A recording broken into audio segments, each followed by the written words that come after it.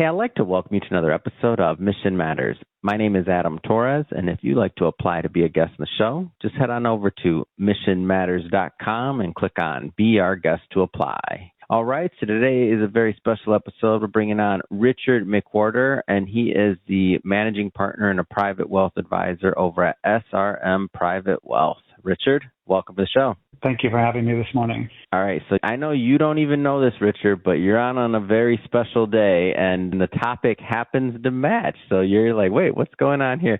So for everybody listening, Richard, he provides financial advice for high net wealth individuals and individuals that are in sports and entertainment. So today, Richard, just happens to be the anniversary. So now, what year are we in? 25? 2-year anniversary of when we released Barry Sanders' autobiography. So my company published that. So I was like, oh, it's Barry and we got a sports episode? Come on, man. What more can you ask for?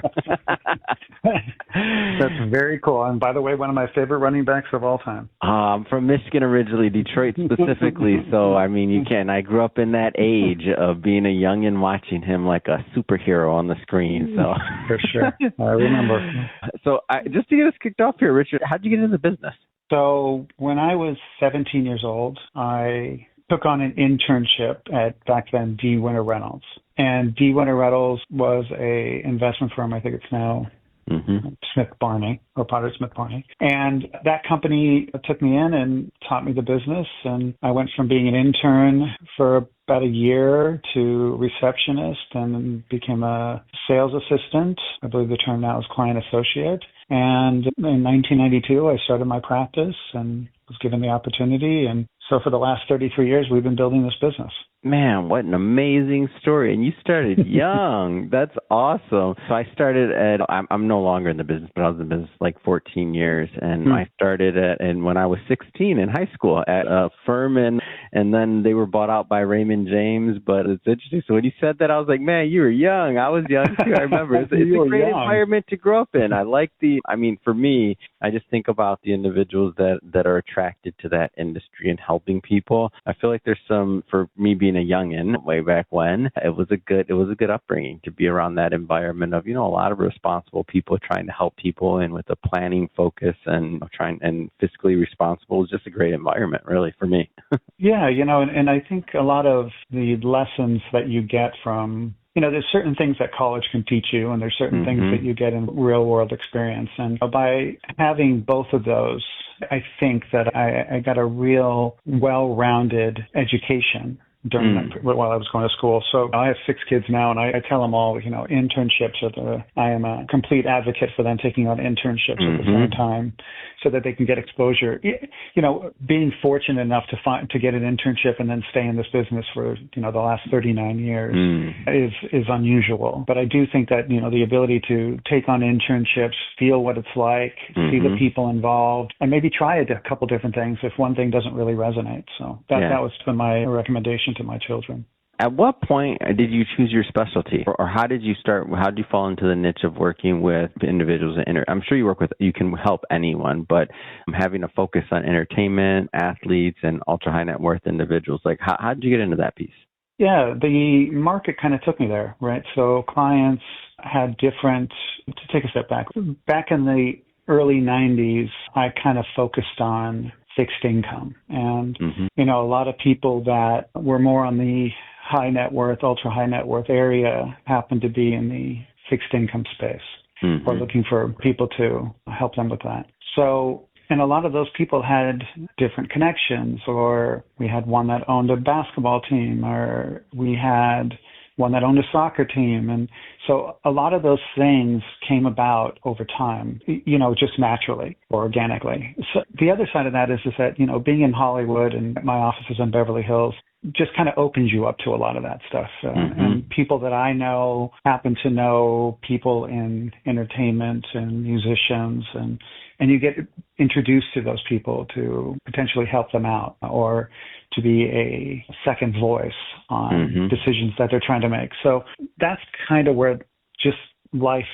took me. It wasn't anything that I decided that, hey, I'm going to specialize on this. Yeah, it was more organic than that. So let's get into the weeds a little bit here. What would be different, or how would you tailor a strategy? What's a little bit different for maybe, let's just say, we can pick one because obviously they're all going to be different, but let's say, I don't know, professional athlete or entertainer. Like, what makes them a little bit different when it comes to their planning? Is it irregular income, or like what? Yes, great question, by the way. The difference really is the uncertainty of income. So if someone gets a show, if someone gets a movie, if someone gets a contract, either a rookie contract or a second contract or a third contract, whatever that may be, we try and help them put money away to create what we've called a foundation underneath them, so that if this is their last contract, if this is their last paycheck that comes in for a bit, that we've put money away, and now we've created the worst case scenario, which is we create a fixed income layer there that's higher than they're living today. So let's say, for example, just using numbers, is that, I get a $10 million contract. If I get a $10 million contract, by the time I pay everybody, by the time I pay taxes, it's maybe $4 to $5 million. So then I can take $1 million or $2 million of that, and now I put that into fixed income or some type of safer investments. That now becomes their foundation. So that's, if everything else is spent, if everything else is, I buy a home and I buy a car and whatever, depending on where they are in the process of their careers. But I can create something that gives them a higher and higher floor every time we sign new contracts. And so then I can also tailor their spending. And once again, I'm creating that floor underneath them. And so that's kind of the idea behind it. And that really is the difference, right? Because they're the athlete, the entertainer, it's sporadic and it's short-lived, right? In athlete's time, it's the average career is 3 to 6 years, depending on the sport. And entertainment, you never know, right? You can go years without getting a second gig. So, and musicians, it's changing so rapidly, how they're making money, that we also have to figure that stuff out as well. So.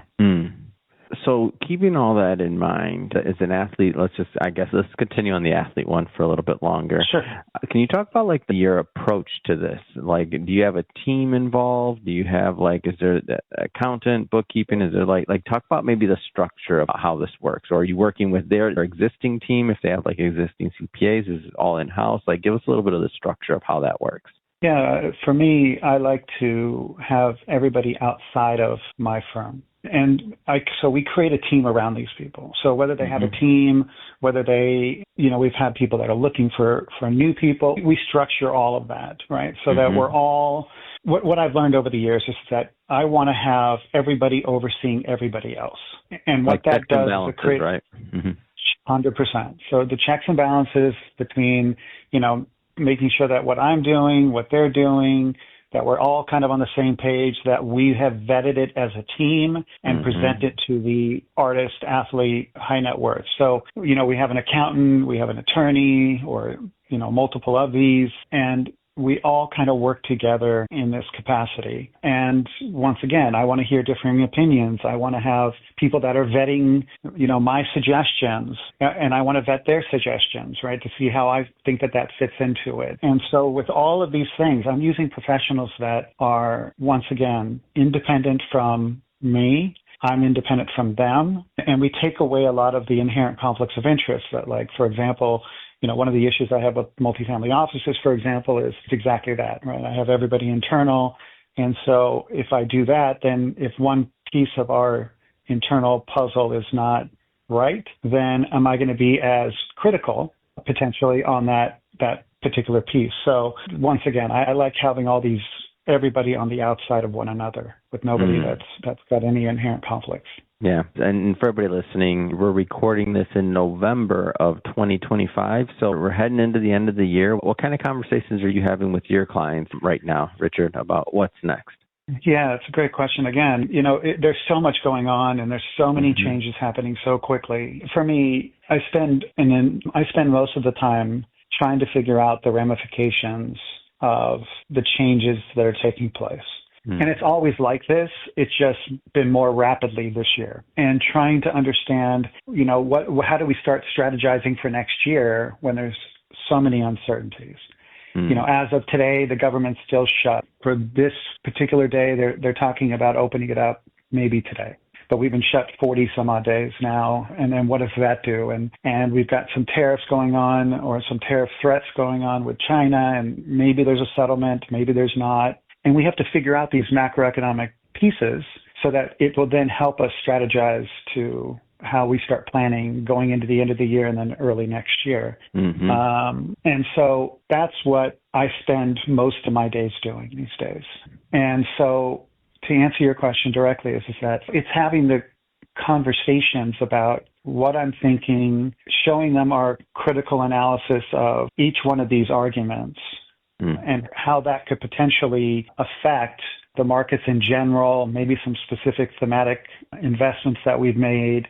All those types of things are things that we need to try and understand, explain to the clients why we're doing what we're doing. And, the best one right now is what's going to happen with interest rates. As of today, we've dropped interest rates twice in the past 2 months, and the 10-year Treasury, which is kind of affects everything, mortgage rates, and much of the lending that's out there is based on the 10-year. So if that's true, then the 10 years actually was just under 4% before the last cut, and now it's, as of just a few minutes ago, it was around 4.12. So it's actually gone a little bit higher. And last year, the same thing. We dropped interest rates by 75 basis points, but everything from 2 to 30 years out went up by about 80 basis points. So what's fascinating is that how do I buy bonds in that regard? Right? Are we going to start to see inflation from the tariffs? All these things are the unknowns that we're trying to find out. And then each one of these things is how do we then invest around that? Well, Richard, this has been great having you on the show today and getting a little bit of a bird's eye view of your practice, the types of individuals you're helping, and really the conversations that you're having right now to mitigate risk and to also capitalize on opportunity. So great having you on. That being said, if somebody's listening or watching this and they want to follow up and connect with you and your team, how do they do that? The easiest way is obviously, we're on LinkedIn, Richard McWhorter. That's McWhorter.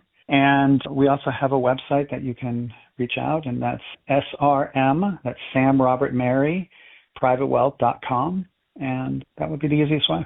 Fantastic. And for everybody watching, just so you know, we'll definitely put some links in the show notes so you can just click on the links and head right on over. And speaking of the audience, if this is your first time with Mission Matters and you haven't done it yet, hit that subscribe or follow button. This is a daily show. Each and every day we're bringing you new content, new ideas, and hopefully new inspiration to help you along the way on your journey as well. So again, hit that subscribe or follow button. And Richard, man, thanks again for coming on the show.